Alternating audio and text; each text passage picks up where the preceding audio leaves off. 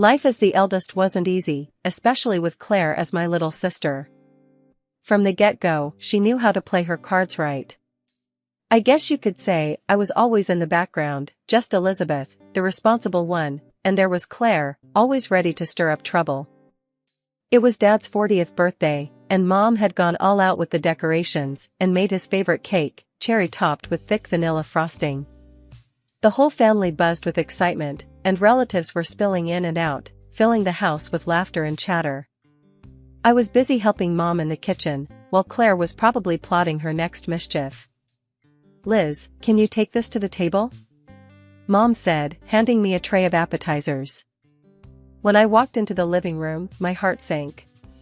The right side of the cake was a mess, cherry toppings missing and frosting smeared.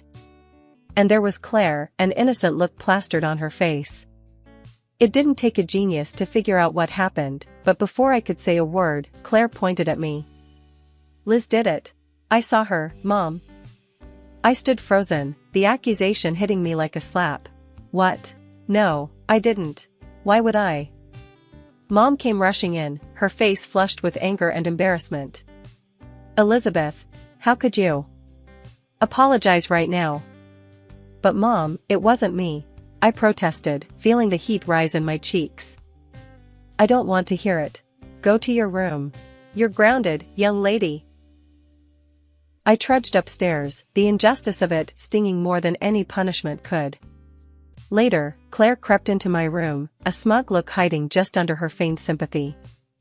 "Tough luck, sis. But hey, I can make it up to you," she whispered, pulling a crumpled $5 bill from her pocket. "Take this and we're even." "Even? You lied. Why should I cover for you?" I was seething but curious about her confidence. "Come on, Liz. It's easy money. Just grab that envelope in Dad's office I told you about earlier, and bring it to me. Easy peasy." Her plan was simple and tempting in a twisted way. The envelope was supposedly some paperwork she wanted to sneak a peek at, nothing more. Against my better judgment, I agreed. Sneaking the envelope to Claire felt wrong, but I was already painted the villain. What more did I have to lose? The next morning, the hammer dropped harder than I could have imagined. Dad was raging, the envelope in his hand. It wasn't just papers, it was cash. Cash meant for paying some of the bills. "Elizabeth, how could you steal from us?" Dad's voice boomed through the house. "I didn't. It was." "Save it. We found this in your room," he interrupted, his disappointment cutting deeper than the anger. Claire walked away scot-free, and I was left to stew in my room, grounded and betrayed. I vowed then never to let her sweet talk me into anything ever again. High school was a mixed bag for me, and while I buckled down on studies, Claire threw herself into every party she could find. As graduation neared, the gap between us grew wider. One evening, I was knee-deep in college application forms when Claire barged into my room, reeking of smoke and something sweet that I couldn't place. Her eyes were too bright, her smile too forced.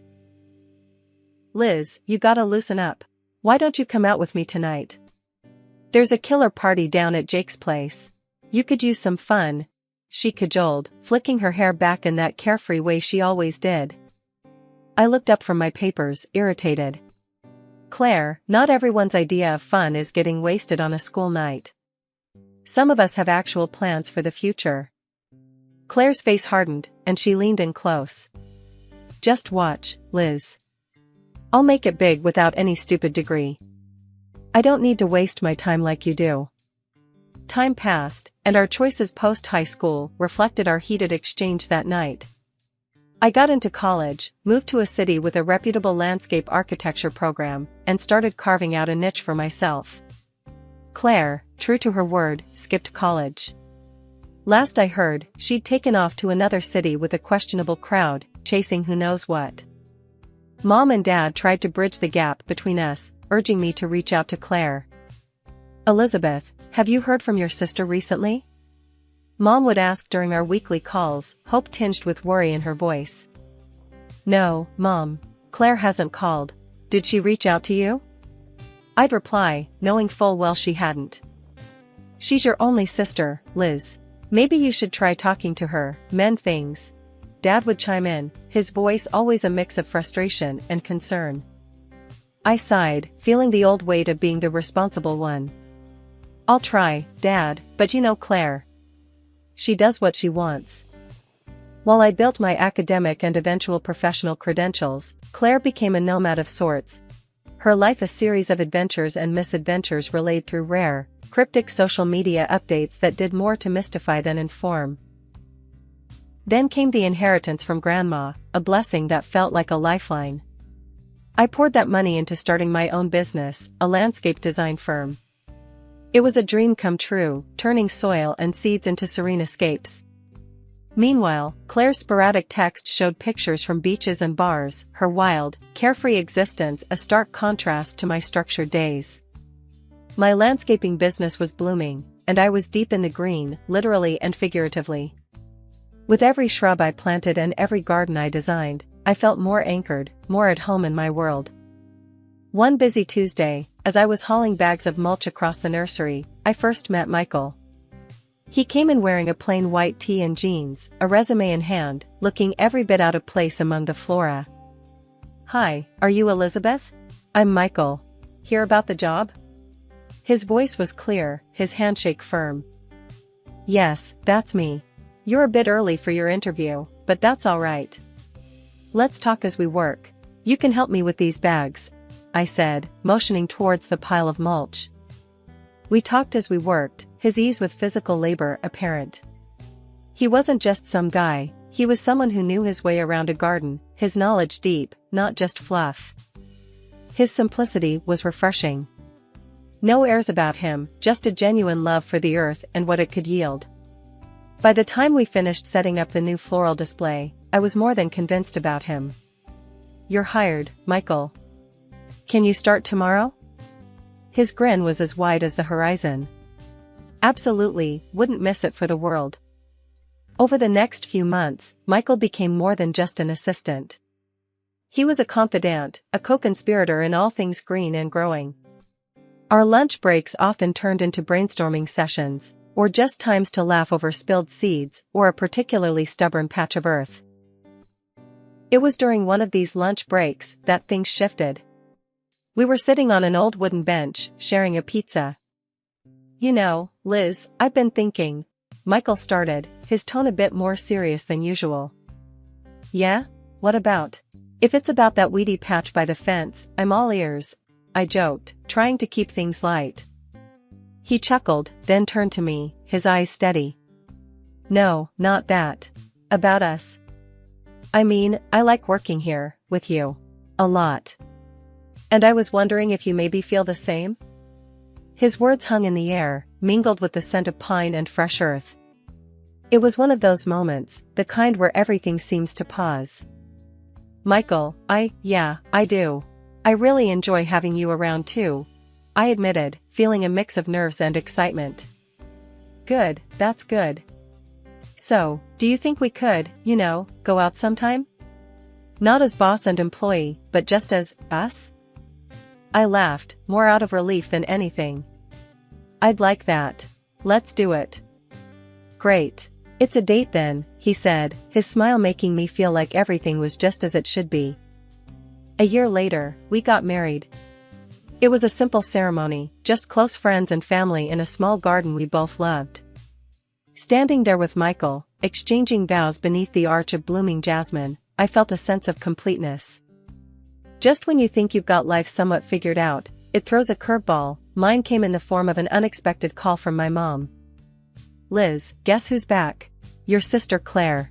She's here and wants to see you," Mom said, her voice a mix of excitement and nervousness. "We're having dinner tonight. You and Michael should come." That evening, Michael and I drove to my parents' house. The familiar landscape rolled by, but my stomach twisted with every mile closer to what felt like stepping back in time. Walking up to the door, Michael squeezed my hand. "You okay?" "Not really. But let's get this over with," I muttered, trying to plaster on a smile as we rang the bell. The door swung open, and there was Claire, as radiant and charming as ever, a stark contrast to the knot of anxiety I felt inside. Liz, look at you, all successful and married," Claire exclaimed, pulling me into a hug that felt more for show than out of affection. "And you must be Michael. I've heard so much about you." Dinner was a lavish affair. Mom had pulled out all the stops, and Dad was unusually quiet, watching the interactions with a hopeful eye. Claire was in full charm mode, laughing a little too loudly at Michael's jokes and keeping the conversation dangerously close to the topic of my business. "So, Liz, how's the business going? Must be good, huh? Working with all those fancy clients and big projects," Claire said, a gleam in her eye that I didn't trust. "It's going all right, lots of hard work as usual," I replied, playing down the details. "Oh come on, don't be modest. Mom told me you landed some big contracts." "That's amazing.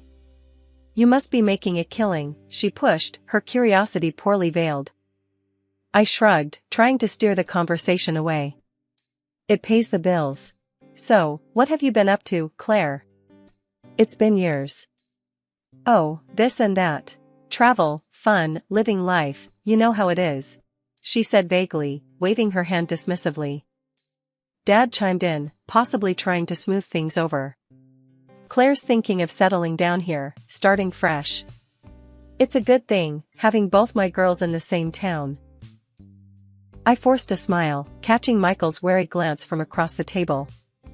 The evening dragged on, with Claire's questions about my business becoming more pointed and persistent. I felt like I was being interviewed rather than catching up with family. As we said our goodbyes, Claire pulled me aside. "Really, Liz, if you ever need a hand or want to talk shop, just give me a call. Family should stick together, right?" Her words, meant to comfort, felt more like a warning. As Michael and I drove home, the silence in the car was heavy. "Heads up, Liz. I don't trust her. There's something off about how she was digging into the business details," Michael finally said, breaking the silence. "I know," I sighed, leaning back in my seat. "Something's not right. But we'll figure it out. We always do." The day I won the City Park tender was supposed to be the best day of my career. It was a massive project, one that promised not just financial rewards, but a real stamp on the map for my business. I was buzzing with excitement when I called Michael. "Hey, babe, guess what? We won. We actually won the tender." I almost shouted into the phone, unable to keep the thrill out of my voice. "That's incredible, Liz. I knew you'd nail it. We need to celebrate. How about that concert tonight, and maybe a drink after?" Michael's voice matched my excitement. The concert was everything we needed. The band was one of our favorites, a perfect backdrop to our celebratory mood. As the last song faded out and the crowd began to disperse, I realized I needed a quick bathroom break before heading out for drinks. "I'll just run to the ladies' room. Meet you right here?" I told Michael, pointing to a spot near the exit. When I stepped out, Michael was nowhere in sight. I scanned the crowd, my heart starting to race. Had he gone ahead? No, he wouldn't do that. I pulled out my phone to call him, but then I paused. Up ahead, on a dimly lit path, I saw him. But he wasn't alone. He was with someone, a woman. My pace quickened as I moved closer, trying to see who it was. Then, as they stepped into a patch of moonlight, my heart sank. It was Claire. What the hell? I ducked behind a tree, my mind racing. This couldn't be right. Not Claire. Not Michael. Yet there they were, laughing, too close, too intimate. Then, they kissed. It felt like a punch to the gut. I fought the urge to run out, to scream. Instead, I pulled out my phone, switched it to record, and edged closer. I could hear them now. Claire's voice, silky and mocking. So, the big contract finally came through. She's a bloody fool, isn't she? Thinking this was all her big break. Michael's reply was a low chuckle. Totally in the dark. Once the money's in her account, we can make our move. It'll be easy to transfer it out before she even notices. Mexico, here we come. Poor Liz, always so trusting. Just like when we were kids, huh? Claire was almost purring. They parted with another kiss, and Claire sauntered off, while Michael checked his phone. Panic flickered across his face when he saw the time. He turned and started back towards the concert venue, right towards where I was supposed to be waiting. I slipped the phone into my pocket and stepped out from behind the tree, my heart hammering. As I walked towards the exit, I spotted him looking around, a fake frown of concern on his face. Liz, there you are. I was getting worried, he said, reaching out to me. I looked up at him, keeping my face as neutral as possible. Sorry, got a bit turned around. Let's go have that drink, shall we? The walk to the bar was a blur. My mind was racing, piecing together months, no, years of lies. The tender, the late nights, the sudden trips Michael, it all made sense now. We sat at the bar, and Michael toasted to our success. To us, Liz. To our future. I forced a smile, my hand tight around the phone in my pocket. To us, I echoed, my voice steady despite the storm raging inside. The morning after the concert, I was up early, troubled thoughts robbing me of sleep. Michael was still asleep, his breathing even and calm, unaware of the storm brewing just a few feet away. I slipped out of bed and headed to my home office. First, I logged into my company's bank account.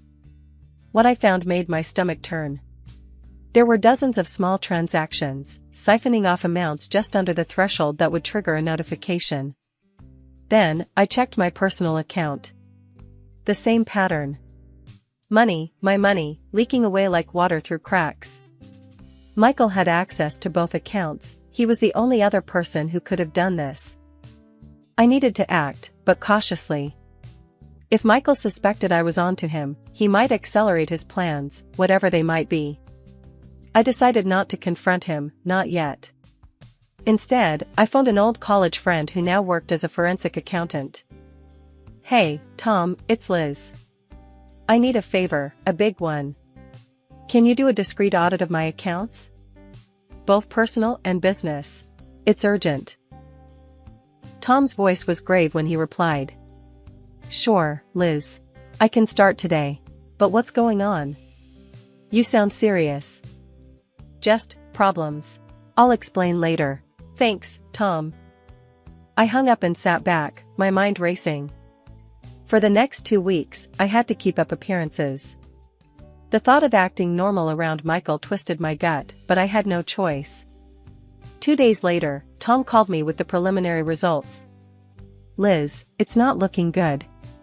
There are irregularities all over the place. It's like someone's been consistently skimming off the top. You were right to be suspicious. Hearing it so plainly hit hard. Can you compile everything? I might need it soon. Of course. I'll get everything organized. Liz, be careful, okay? I promised I would, hanging up with a heavy heart. A couple of days later, I received an email from Tom. Armed with the audit results and the damning recording, I knew it was time to bring in heavier reinforcements. My hands were shaking as I dialed Mark, a classmate from high school who had since become a cop. Mark, it's Liz. Elizabeth Miller. I need help, and it's pretty serious. There was a pause on the line before he responded, his voice cautious but concerned. Liz? What's going on? Are you okay? I took a deep breath, steadying my nerves. No, not really. I've uncovered something. It's a long story, but it involves fraud, my husband, and my sister. We agreed to meet at a quiet cafe away from prying eyes. I felt like a character in a bad crime drama as I laid out the documents and played the recording for him. Mark listened, his expression growing darker by the minute. This is serious, Liz. Based on what you've shown me, and this recording, it's solid evidence. But catching them in the act would make it airtight. It could ensure they don't just wiggle out on a technicality. I nodded, the reality of the situation settling in. What do you suggest? Keep things normal. Act like you don't suspect a thing. We need to catch them transferring the money or making a move against you. The next few days were a masterclass in acting. I smiled and nodded, played the doting wife, and the oblivious sister. I saw the looks Michael and Claire exchanged, loaded with secrets and plans. A week later, the payment for the city park project hit my company's account. It was a large sum, the largest I'd ever handled. I called Mark right away. "It's in. The money's in the account. They're going to make their move soon," I said, trying to keep my voice steady. "Good. From now on, we'll monitor the accounts closely. If they make a move, we'll be ready." I watched Michael that evening, observed him fiddling with his phone, probably checking the account, plotting his next steps. Later, in bed, I lay awake, staring at the ceiling, listening to Michael's breathing. It was almost hard to believe that this man, the man I'd loved and trusted, was plotting against me. Meanwhile, Claire had orchestrated the farewell dinner under the pretense of celebrating a new chapter in her life. As I walked into my parents' house, the atmosphere was buoyant, almost surreal in its cheerfulness. "Liz, you made it." Claire greeted me with her typical flair, a wide grin plastered across her face. "I have some big news. I've met someone wonderful, and we're planning to get married. We're even talking about moving to a resort to live out our dream life." My parents beamed at her, their joy palpable. "Oh, Claire, that's wonderful. Tell us more about him." I sat quietly, forcing a smile as Claire wove a tale about her new, mysterious beau. Her descriptions were vague, deliberately skipping over any details that could link directly back to Michael. Just as Claire was elaborating on her fabricated love story, the front door burst open. Michael stormed in, his face flushed with anger and panic. "Liz, why can't I access any of the accounts? What the hell is going on?" he bellowed, his eyes wild. The room fell silent. My parents looked from Michael to me, confusion written all over their faces. Claire's facade slipped for a moment, revealing a flash of fear. I stood up, my voice calm but icy. "Because, Michael, I know everything. I know about your plans with Claire.